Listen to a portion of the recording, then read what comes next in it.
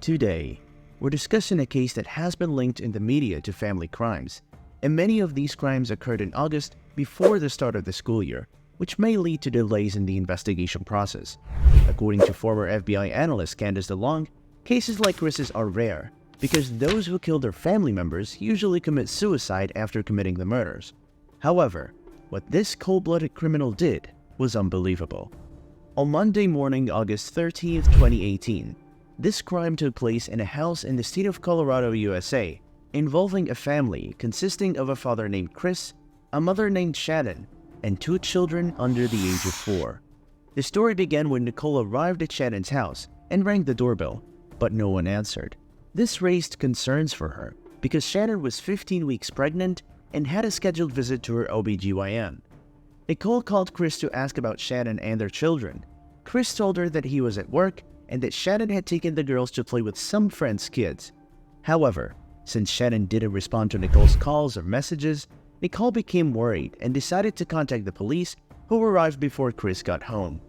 When the police arrived at Shannon's house, they were greeted by her friend and one of their friends. She told the police that she had been on a business trip yesterday and had dropped Shanann off at home at 2 a.m. She also informed the police about Shannon's doctor's appointment and that they had agreed to go to the clinic together. She also told the police that Chris had informed her that they were going to get a divorce and Shanann was unaware of it. She also explained to the police that her concern was Shanann not answering her messages and calls. The police and Nicole started knocking on the door several times and calling her phone, but no one answered, and they didn't hear the phone ringing inside the house. They checked the house from all directions to make sure Shanann and the girls were okay, but to no avail. When the police asked her if her husband had informed her that he was going home, she said, "Yes, he told me he was at work and he would be coming home." Meanwhile, Nicole called Shannon's mother, who told her that Chris had called her and said that Shanann was at a friend's house. Nicole was surprised by the inconsistency in Chris's story, so she asked the police to break into the house. However, the police told her that they needed Chris's permission. They asked for Chris's phone number so that they could call him. When they called him, he identified himself and asked about his wife and the girls. He expressed his concern for them, fearing that Shanann might be unconscious because her car was in the garage with the girls' car seats. Nicole's friend became suspicious and told the police that Chris was lying because he had different stories for everyone who asked about Shanann. He also informed the police about the presence of surveillance cameras in the neighbor's house. Finally, Chris arrived home, pretending to be calm. He entered the house and took a minute before opening the door and allowing them to enter. Up to that moment, the police had no doubts about him. Everyone started searching the house, and Chris informed the police that the girls' blankets were missing and that they wouldn't go anywhere without them. He also showed them Shannon's phone, saying he found it in the room. The police began asking Chris some questions about his whereabouts. Nicole asked him to watch the surveillance camera, but he said it wasn't working. The neighbor began checking his surveillance cameras and contacted the police to inform them that no one had left the house except for Chris. The police officer went to Chris's house to ask him several questions about his work schedule, his arrangements for taking the two girls to school, and their separation. Chris answered that they were handling the divorce calmly and planning to sell the house. Then he entered one of the rooms and came out with his wife's ring in his hand. Afterwards, the police officer decided to contact the detective due to the suspicious situation. Then, the police officer decided to go to their neighbor's house to view the cameras. Everyone was watching attentively except Chris, who turned his back to the screen and pretended to be busy with his phone. When the scene of his car standing in front of the camera appeared, he became nervous and afraid. He made a spontaneous gesture of holding his head to calm himself down and started swaying left and right, even though he deliberately parked his car at an angle that obstructed the view of what he was doing. The back part of his car was not visible to the camera because it was parked inside the house's garage. At the end of the viewing, Chris was the first to leave the neighbor's house. After he left, the neighbor began criticizing Chris's behavior, saying that he talked too much and kept moving all the time, which was not his usual behavior. He also revealed to the police officer that Chris's family frequently argued and yelled, and he disclosed his suspicion that Chris was hiding something from the police. On the following day of the disappearance, Chris agreed to have a television interview with a news channel. He said, "My wife disappeared and I want her to come back home desperately. "I want my children to come back home."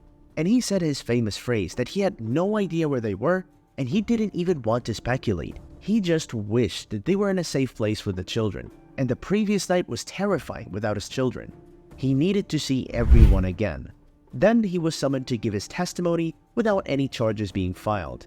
At the beginning of the interview, the investigator asked him to hand over his phone as a routine procedure to review the communications between him and his wife.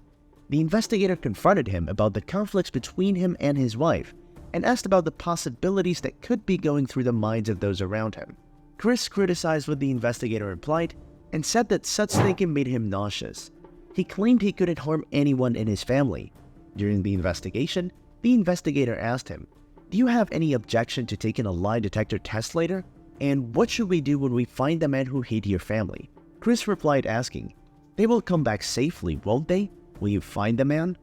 At the end of the investigation, the investigator told him that he acquitted himself well in this difficult conversation. The investigator then asked him about his marriage and infidelity, but Chris denied being unfaithful.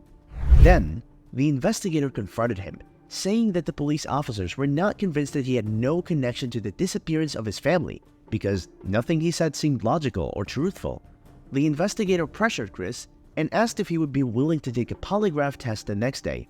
Chris agreed. Chris arrived on time to take the lie detector test, and the investigator sat with him to explain how the device worked. She cleverly and professionally applied pressure on him.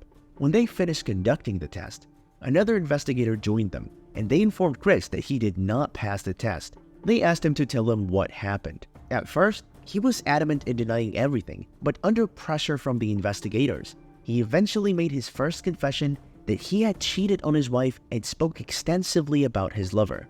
However, the investigator asked him to switch the topic and talk about his wife and 2 daughters instead of his lover. Chris returned to denial, and they continued to press him several times. Ultimately, he requested to speak to his father, who was waiting outside the interrogation room. The 2 investigators left, and his father entered, giving him enough time to talk to his father. Chris told his father that he had spoken to Shanann in the morning and that she was emotional and heartbroken due to their separation. He claimed that she harmed the 2 daughters by choking them while he was downstairs, so he killed her in self-defense. His father was shocked by his son's confession to killing his wife. After offering him the option to contact a lawyer, the investigators re-entered the room in less than 10 seconds and emotionally engaged with him to divert his thoughts from the lawyer. They asked him to repeat what he said to his father, and he told them that his wife choked the children, and he witnessed their blue skin and lifeless bodies. They started questioning him about the location of the bodies, and he cried while asking out what would happen to him. The investigators tried to extract another confession that he was the one who killed the children, but he insisted that Shanann was the one who choked them. He was arrested and a murder charge was filed against him. Chris's mistress was summoned for questioning, and the real goal of the police was to determine if she was involved in the crime or not. The interrogation with her lasted for 2 hours, during which she stated that upon reviewing her interactions with Chris, she realized that he had been lying even to their mutual friends. She claimed that she had no knowledge of his actions and was shocked by what he did to his family to be with her alone. On August 16th, the police went to retrieve the bodies of Chris's family from an oil storage site, and Chris led them to the disposal location. The bodies of the 2 girls were found in crude oil storage tanks, while the mother's body was buried in a shallow grave nearby. The bodies of the girls, Bella and Celeste, were pushed through an opening in a different oil tank, and according to the forensic examination, Bella had scratches on her left buttock as a result of being pushed through that opening. A strand of blonde hair was also found on the edge of one of these openings. On August 21st, Chris was charged with the 3 counts of first-degree murder and 3 counts of tampering with a deceased human body. He was considered a trustworthy suspect. Which means... That's just the test. I know. It just says the pink is going to be girls. I don't know. Just the test. That's awesome. Guess what, girls? Mommy has a baby in her belly. Are you guys excited? Yes? Are you really excited?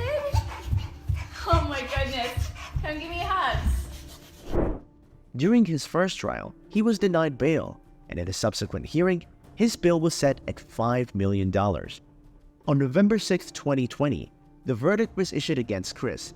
At the beginning of the trial, both Shannon's and Chris's parents, as well as Shannon's brother, delivered statements in court.